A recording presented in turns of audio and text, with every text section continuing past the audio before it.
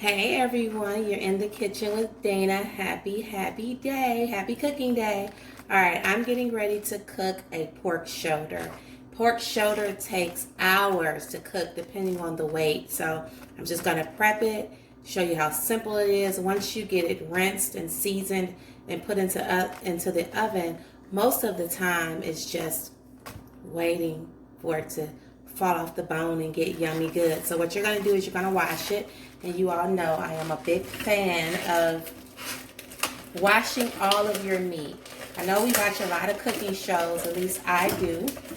And you know, they just throw meat from the package into the oven or into the skillet. We don't do that. So we're going to rinse this really good. And I'm going to come back and doctor it all up and let you see what that looks like before we put it in the oven, all right? Okay, this is 4 pounds. A 4-pound shoulder. Is a really handsome piece of meat. And I don't believe in over seasoning food. The flavor is in the cook, okay? The flavor is in the flavor that you bring out in the dish. So one of the things that I do, I usually use apple cider vinegar, but I don't have any because I use vinegar for a lot of different things. So I'm just gonna put couple of caps full of vinegar. And this is going to really work with the acidity, the natural acidity in the meat. And it's going to help to soften this really tough skin. The pork shoulder, this outer skin is really tough. So this vinegar is going to actually help to break that down. And then we're going to drizzle this with some olive oil, because of the last step after this is done, the very last step is to get this skin really like crispy, like pork skin crispy almost. So this olive oil is going to help coat that, and you just want to make sure it's covered really well. And then the next thing I'm going to do is 3 things. Salt. I like rock salt, rock salt, or this is Himalayan salt. Either works. You can just use regular salt if you want, but again, you want something kind of coarse that's going to help break down this meat, break down this skin. And I normally would put this on a rack underneath some foil, but I'm out of aluminum foil, so we have to put it in a pan. And that's fine. The only benefit to letting this rest on foil is that all of the drippings are going to drip off of the meat underneath, and so it's not, the bottom layer isn't going to be soft, but it won't be soft anyway, because the last step of this, I'm going to send it through a broil. And don't freak out, this isn't a lot of salt because this is a really big piece of meat. So I want to make sure it's really nice and covered, flavorful. And that's it. We're going to put this in the oven.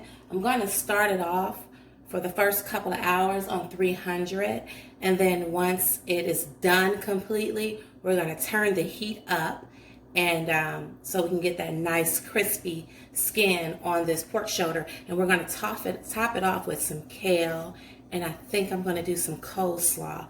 I grew up cooking in my father's soul food restaurant in Cleveland, and he had this pork shoulder sandwich, which was yummy, which he served it on a bed of coleslaw and then some French fries, and he drizzled it with some of our homemade, it was actually, the restaurant was called Period Family Restaurant. Who knew as a little girl that I would just have this affinity for food and cooking? So anywho, so this shoulder is going to be served with some coleslaw and some kale. So this is the first step to actually get it into the oven, and I'm going to enjoy my drink while it does what it does and gets all delicious. All right, we'll be back in a few hours. All right, we're just testing, looking at it. It's been in the oven for about 2 hours and it's nowhere near done. Just wanted you to see the process. You can see that it's starting to brown. The skin is getting a little, it's starting to form some crispiness to it.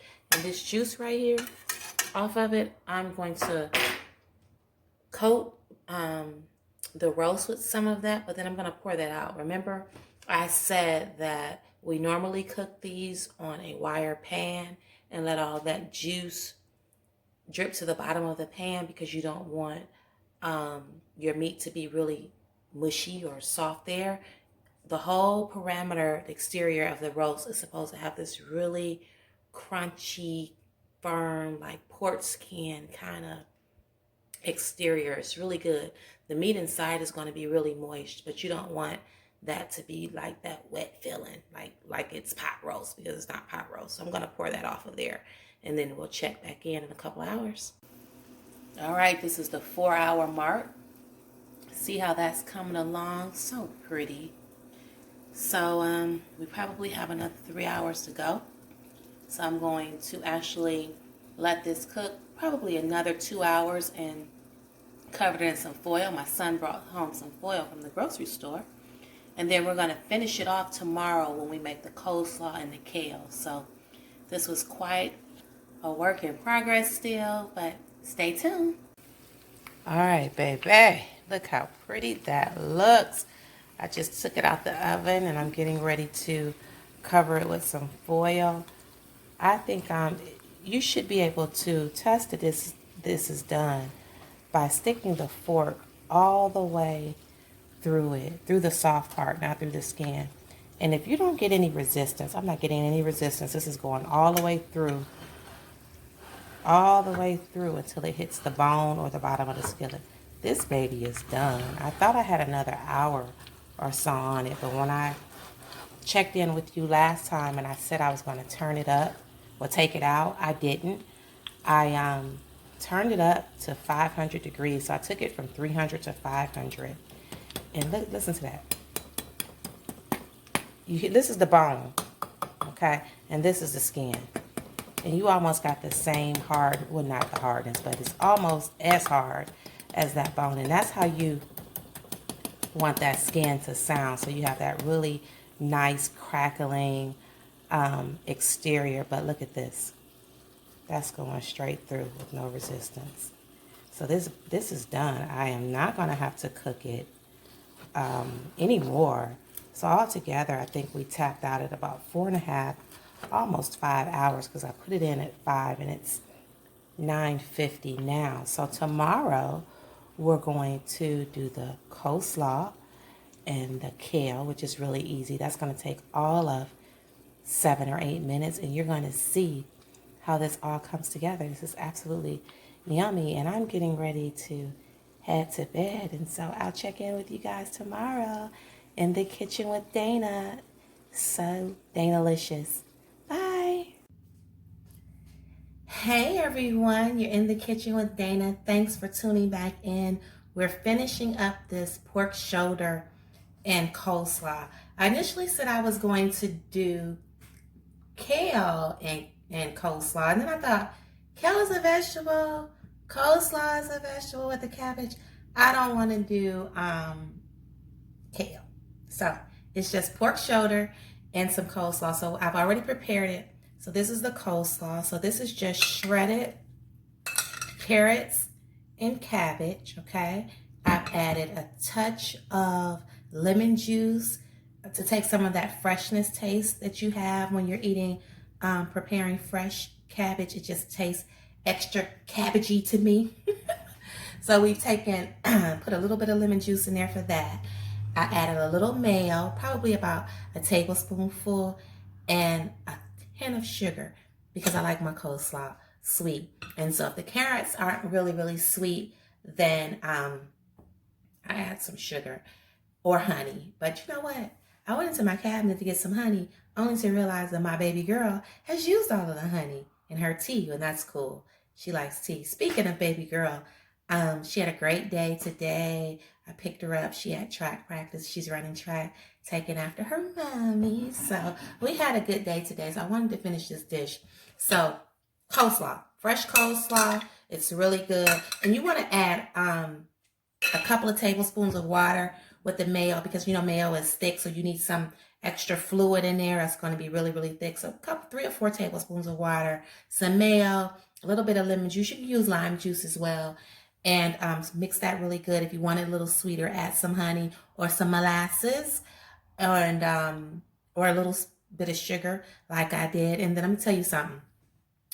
The cook on this pork shoulder is absolutely delightful. It is so pretty. So I'm going to bring it over here so you can see it. The skillet is really hot. This was look at that, people. And remember I was telling you, you want this skin on this pork shoulder to be really crispy. It is crispy and it's so good. And it's just crackling on the inside. I can't do it because I'm holding the skillet. The fork literally goes all the way through. And that's the telltale sign for me, how I know my meat is done. I'm a cook by feel kind of girl. So, have your recipe, have an estimated cook time for something, but use your fork. When your fork goes all the way through it without any resistance, it's done. And you just twist this fork a little bit. And when it starts to flake or when it starts to pull off the bone, you know it's good and ready. So the roast was, I think I said 4 pounds.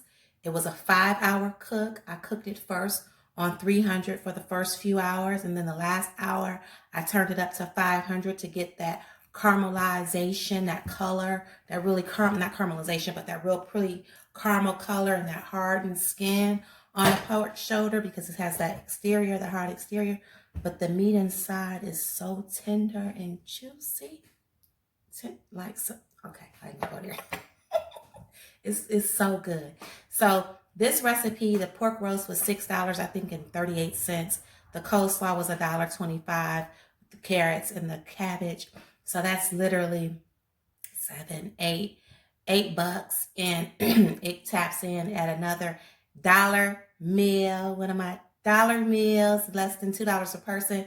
You're gonna eat off of this for, everybody's gonna be able to get seconds. So I did it. Another Danalicious dish for under $5, homemade, awesome, good. So I'm going to actually post a picture after I slice it. I'm going to slice the roast, put it on some bread, top it with some coleslaw and some homemade barbecue sauce, just like my daddy used to do in our restaurants in Cleveland. Perry and Family's restaurant. Who knew this girl would be doing this? Maybe my daddy knew. I don't know. But thank you for hanging out in the kitchen with me. I'm getting ready to put my music back on, pour a nice glass of wine, and enjoy some time with my kids. So see y'all guys later. Hi. Oh, I'm losing my voice. Let me try it again. See you guys next time. Thanks for hanging out in the kitchen with Dana. Bye. Mwah.